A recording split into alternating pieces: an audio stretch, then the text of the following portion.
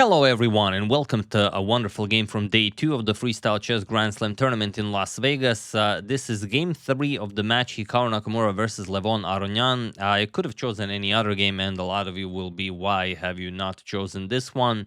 Again, same reason as on the first day, some of the games are just better viewed as they're being played live, as most of these moves are made in, very, very little time control. They make most of the moves with seconds on the clock.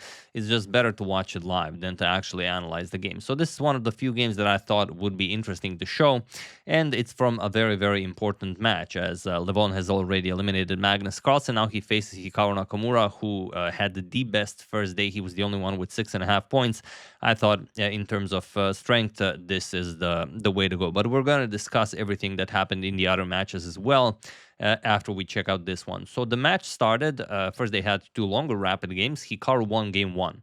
Then Levon retaliated, he won game 2. Then they go into tie breaks, first rapid, then blitz, and then Armageddon. So this is the third game where it's standard time control as it was on day 1. So 10 minutes per player. And now Hikaru has the white pieces. So let's check it out, and then we're going to discuss everything that happened on day 2. So, and the setup is a pretty weird one, as is, in all the other 959 positions. The castle king side, you merely have to get rid of the knight, and then you can already castle king side. And the castle queen side, you will have to get rid of a few more pieces as usual. So pawn to e4 makes sense. It's the engine says, okay, you can play d4, b3 if you want to open up the queen. Basically same way as you would in regular chess. You just have to make sure, is castling king side at all a good idea, because there's already a queen on a8. The bishops can easily come to b7 and c7. Could be some trouble along the way. But okay, that's for them to figure out and for us to enjoy. Pawn to e5, Levon does the same, opens up the rook, and Hikaru immediately goes pawn to b4, as you should in every game of chess, regardless of the format, opening up the white queen. We have pawn to d6 and knight to g3. Knight to g6 and pawn to d3. So fairly symmetrical. Levon has yet to decide whether he wants to go b5. He wants to go bishop to e6, and now castles kingside by Hikaru. And already, look at this, you have a rook on f1, you have a rook on e1. Not a bad position at all. If you fianchetto the bishop with bishop to b2, you might have some problem with the queen on a1, but maybe, you're planning on pushing pawn, so the queen on a1 is actually well placed. Knight to d7 and knight to c3. We have pawn to c6, preparing maybe to strike in the center with pawn to d5. Queen b2, deciding to get the queen into the game, and knight to f6. And okay, this already resembles a fairly standard position. Levon has yet to castle. We have bishop to e3, pawn to h5. Levon says, nope, we're keeping the rook on h8, and we're going after Hikaru's king. Pawn to d4. As they say, the best counter to a flank attack is to open up the center. We have queen to c8 and now pawn to f3, strengthening the center. Sorry, this is the center, and pawn to h4. We have knight g to e2 and bishop to c4, pinning the knight here. Knight to b1. Expecting the pawn to d5, so knight to d2 is being prepared. That will put pressure on the bishop on c4. Levon does go pawn to d5. We have knight to d2 and bishop back to a6. We have pawn to a4 now with ideas of pawn to b5. That will trap the bishop, but we have queen to d7. Of course, just reinforcing that b5 square. Pawn to c4. Now again, b5 a huge threat. It will trap the bishop, and Levon plays d captures on c4, and Hikaru just marches forward with pawn to d5. So already things are happening. Bishop to b6, nicely connecting with the bishop on e3. Knight to c3. We have bishop captures on e3 with check, rook captures, and pawn to b5. D captures on c6, attacking the queen, and queen captures on c6. A little bit more precise is queen to d4, as it's very unclear how Hikaru should deal with this pin. Probably rook e1, but then knight f4, and already, knight coming to d3. Objectively, it's winning for black, but yeah. A little time on the clock already. You can see that Levon is below 1 minute. He has to play quickly. Queen captures on c6 and a captures on b5. We have bishop captures on b5. knight captures and queen captures on b5. Bishop to e2, putting pressure on the c4 pawn, and knight to f4. We have knight captures on c4, now threatening some nasty discoveries, but just knight captures on e2 with check. Queen captures and queen captures on b4. And if you look at the material now, Levon is up a pawn, and it is a passed a pawn. So this is probably what he had in mind and what he visualized at the moment he decided not to play queen to d4. That required calculating, and this, well, he could probably calculate in a fraction of a second. So, okay, rook to a1. It's not as good, but it's good enough. Rook a1, rook to c8, preparing to win the knight, and knight to b2. Knight h5, the knight also is coming to f4 to join the attack. Knight to d3, attacking the queen and the e5 pawn. So queen to b6, now pinning the rook here. And while you could capture the pawn on e5, then you would have many problems. The knight coming to f4, one of them, just queen d4 being the other one. Attacking the knight on e5, and now it's very hard to find a good square for that knight. You cannot retreat back to c4, that's guarded twice, and if you go knight to d3, then your rook on a1 is hanging. So it's a very tricky double attack. So after queen b6, queen to f2, trying to counter knight f4 by already having the white king defended. Now if you go knight f4, you can simply capture, and then just move the rook, and you don't mind. Captures would actually be okay for white because it's black who's attacking here. So after queen to f2, we have rook to c3. Okay, we already know that if the queen moves, then rook captures on d3 will be a big problem. So rook a to e1 and queen to d4. Just putting pressure on that knight. Rook captures on d3 is the threat. Knight to c1, not threatening perhaps a fork with knight to e2, but that would undefended the rook on e3. Knight to f4, countering that, and now or instead of knight to f4, rook h6 was also very nice. Just doubling up on the c file would also work well. But okay, knight to f4, Levon is still below 1 minute, but now Hikaru is below 1 minute as well. And here just rook captures on c3. And this is a mistake on Hikaru's part, but finding the correct move here is I wouldn't say impossible, maybe with 33 seconds or with 40 seconds on the clock, but it's the only way to save the game. Could you find it? That is the question. Well, what would you play here with white? You know, while I give you a couple of seconds, just for fun. The move is knight b3, and it looks like you know, a useless move, but point is that after the queen moves, doesn't really matter where, you have to defend the rook. That's the point. Wherever the queen goes to defend the rook, you will capture on c3. And now after queen captures, there's this tricky rook c1. And that is the key to defend. I mean, impossible, I would say, with so little time on the clock. But still, queen captures, rook to c8 with check. And now it's a draw, but, you know, if anyone is losing this game, it's going to be black. King g6, queen to g4 check. And now you have to repeat. Otherwise, white will just win the game. So that's the problem. But after knight to f4, rook captures on c3 right away. And now queen captures on c3. We have knight to e2, attacking the queen and the knight, and just knight captures on e2. We have rook captures and pawn to a5. Again, h3 is stronger, but I mean, who could resist a passed a pawn? Everyone will push that. Pawn to h3, Hikaru, of course, knows that h3 is a big problem, and rook to h6. Maybe Levon knew that Hikaru would have to waste a move on h3, so, you know, he said, of course, Hikaru will not waste time calculating. He will play h3, and that will win me time. Who knows, you know, what happens in these guys' minds, you know, when they're playing at that level. Rook to d2, now threatening some very nasty checks on the back rank, and pawn to a4. We have pawn to f4. Here, rook d8 is still a draw, but I don't imagine Hikaru was playing this for a draw. He wants to win this as he has white. Otherwise, next game Levon has white, and if this is a draw and then Levon wins the next one, then Levon wins the match. Pawn to a3, f captures on e5, and now queen to a1 with check. We have king to h2 and queen captures on e5 with check. King to h1, we have a repetition, queen a1 check, king h2, queen to e5 check, king to h1, and now Levon decides not to repeat, or you know, he could go rook d6. This is very, very strong, but he goes queen to e7. He just stops the check, and he has his a3 pawn defended, and he says, okay, you waste time, Hikaru. My position is just very nice. So Hikaru goes rook c2. He still wants to give that check, and rook to d6. Now he can easily defend the check. Queen to f3, putting pressure on the a3 pawn, even though you don't really want to capture this pawn because the rook d1 check just loses the queen.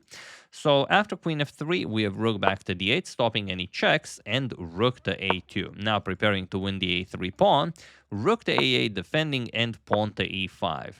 Levon goes rook to a5. He wants to capture on e5 and pawn to e6. It's the best move that Hikaru can play, but even this one is not enough. F captures on e6. Now Levon gets another passed pawn and queen to c3. We have queen to d8 and rook to d2 now. Attacking Levon's queen, rook to d5, hoping to get another pass pawn marching down the board. And there's really nothing better for Hikaru to do, because if he moves the rook, then the rook comes to d1, the queen comes to d6, and the game is over really quickly. So he has to trade. We have captures now with two pass pawns, but he loses the a pawn. And okay, now Levon still has the pass d pawn, but the material is equal. We have queen to f8. Offering a queen trade, which of course you cannot accept, even though the material will be equal, but you know, the pass pawn is just too strong. The black king has all the time, obviously not that route to go to g3, and then you're going to eliminate the pawns and win the game. Queen to d3, we have queen to f7, defending the pawn on d5, and queen to d4. We have queen to h5, king to g1, and queen to g5. Now Hikaru knows that there is no way for him to win the game, so he might as well keep the queen on d4, prevent the pawn from marching forward, and avoid checks. And that's pretty much it. We have queen to a7, and queen to c1 with check. King h2, queen to f4 with check, king to h1, and pawn to d4. Levon starts advancing. We have queen to d7. Hikaru puts a queen behind the pass pawn, and queen to e4. Having d3 defended, we have queen to d8 check, king to h7. The queen also nicely controlling this diagonal, so you don't have to worry about any checks. Queen to g5, pawn to d3, and now king to h2. We have king to g8, queen to d8. Queen to d8 with check, king to h7, not king to h7, king to f7 was played. Interesting. And now queen to d6. We have pawn to g5 and queen to d7 check. So if Levon wants to win this, he has to make sure that that he can avoid all the checks from the white queen. We have king to f6, queen to d8 with check, king to f5, and queen to f8 with check. King to e5, queen to c5 with check, and queen d5, defending and also nicely setting up the queen behind the pass pawn. Queen e3 check, we have king to f5, queen to f2 check, king to g6, and queen to b6 with check, followed by king to h5. And now on h5, it seems that Hikaru will no longer be able to check the black king. Or maybe he will. Let's see what happens. Queen c7. Hikaru wants to play queen to h7 check, which will also be checkmate, as the king cannot go to g4. So you have to be ready for that. Queen to f5. And now Levon again gives Hikaru a chance, but Hikaru misses it. Again, with little time on the clock, he went queen to d8. He wants to start checking Levon's king via the h8 square. The key move, rather, was queen to g7. And now the point is that if d2 is played, then you have all the checks in the world. Queen h8 check, king g6, queen to g8 check, king f6. So you're going to go here with check, king e5, queen to c5 check. And now you either go back and we repeat everything all over, or you go to e4 and then just queen c2 check and you pick up the pawn. And the king cannot defend the pawn as the queen on f5 is hanging. So it's a very peculiar position that actually allows a draw. But after queen f5, Hikaru went queen to d5, which seems like it does the exact same thing and also covers the d2 square, but it doesn't, as Levon can just remaneuver. Queen to e5 with check, which would not be possible with the queen on g7. King to h1, and now queen to a1 with check, king to h2, and queen to e5 check. Another repetition to win some time. King h1 and queen to e4, now guarding against everything. And now, while you can play queen to h8 check, it will not matter. King to g6, and after queen to g8 with check, king to f6, or even f5, you can go f5. And that's it. This does nothing. The king can just come down the board and you will easily be able to hide your king. For example, queen e7 check, king to d4, here check, king to c3, and the king goes all the way to the king side, then you block with the queen, you push the pawn, and that's it.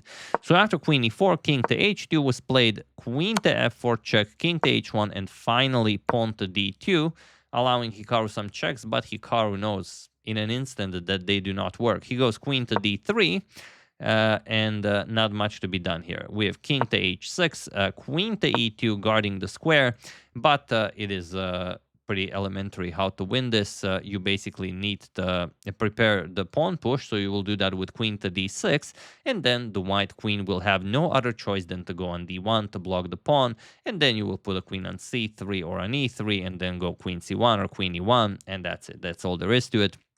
And that's exactly what happens. Queen d6, queen to d1, and now queen to d4. Depending on what white plays, you can play both moves. King to h2 was played, and now just queen e5 check. And he was in this position on move 80 that Hikaru Nakamura resigned the game, as there is nothing more to be done here. Once you move the king, it will be a simple queen e1 check, where you either lose the queen or you trade, and then the other queen comes into the game, and you will end it pretty instantly. Couple of moves, so for example g3, queen f2 check, king h1, and checkmate on the next move. It would actually be stalemate if white did not have a move, but white it does, so it's going to be checkmate. So yeah, after queen e5 check, Hikaru resigned, and this is how Levon won game 3. So interestingly, like I said, Hikaru started by winning game 1, then Levon retaliated in game 2, forcing tiebreaks, and then Levon started with a win in tiebreaks. So this is the third game. And then in the fourth game, Hikaru needed a win with black. But it was Levon who won the game, or rather it was a draw, because Levon had a winning position, but a draw was enough for him, so he kept repeating moves. And that means that Levon Aronian has now kicked out Hikaru Nakamura, out of the reaching the semifinals. So incredible stuff by Levon, defeating Magnus first in a match, and now defeating Hikaru in a match. Levon is on fire, and first time Levon played against Hikaru was a long time ago. I think sometime maybe in 2003, and it took they played for like 7 years before Hikaru won the first ever game against Levon, and it was a blitz game in the World Blitz Championship. So similar like against Magnus, and Levon has a pretty convincing positive score against Hikaru in classical chess. Hikaru is better in rapid and blitz, but in classical it is still Levon who has the upper hand. So yeah, amazing player, all-time player. He played against the previous generation. He's still playing against this generation and ended the next one. So we'll see. He eliminated Hikaru and Magnus. Now we'll see what happens next, and to see what happened in the tournament. So these are some of the results of the quarterfinals. So Fabiano Caruana had a pretty tough match against Pragnananda. Their first 2 games, they've traded wins. Then they both won in rapid tiebreaks with the black pieces, and then they both won with the white pieces, and then finally in Armageddon, Fabiano Caruana was able to best Pragnananda. So Fabiano goes into the semifinals. In the Hans Niemann versus Javoker game, their first 2 games ended in a draw, and then Hans won both games with the black. Not with the black. Then they both won with the black pieces, forcing further tiebreaks. And then Hans won the game 5 and game 6, basically, of the playoffs. First with black and then with white. With Hikaru and Levon, we've seen what happened, or rather, you've seen game 3, and game 4, like I said, was a draw. And in Arjun Ergaisi versus Nodirbek Abdusattorov, only 2 games were needed, as first game with Nodirbek having white was a draw, and then in the second game, Arjun bested Nodirbek with the white pieces. And then you had the Hikaru versus Levon. Yeah, we covered that. And yeah, that's pretty much it. And in the semifinals, you will have Levon Aronian versus Arjun Ergaisi, and then Hans Niemann versus Fabiano Caruana. So who do you think will be in the finals? We'll see what happens. Like I said, Levon kicked out Magnus, kicked out Hikaru. Can he kick out a member of the new generation, Arjun Ergaisi? It's hard to say. No one, betting against Arjun is never a good idea. But Levon being in the form as he is, defeating Magnus and Hikaru, it is very hard to bet against him. And especially in Freestyle or Chess 960 or Official Random, since Levon, I know he really loves playing Bughouse, and he enjoys all of these weird chess variants where he can be even more creative. And here, this just allows you to be creative from the first move. And I think this is, something that Levon thrives in, and it's as if this format was created for him. So yeah, we'll see what happens. Very much looking forward to it. Levon versus Arjun and Fabi versus Hans. We'll see what happens. Who do you think we'll have in the finals? I would like to thank Nick Lin, Paul Hinamund, Ricardo Cordona Lopez, James White, and Robert Pande for your contribution to my channel. Thank you a lot. I really appreciate it. As usual, you can check 2 of my previous videos here. Thank you all for watching, and I will see you soon, continuing to check up on your wonderful suggestions and whatever else happens in the chess world. Thank you all. I will see you soon, and have an excellent rest of your day.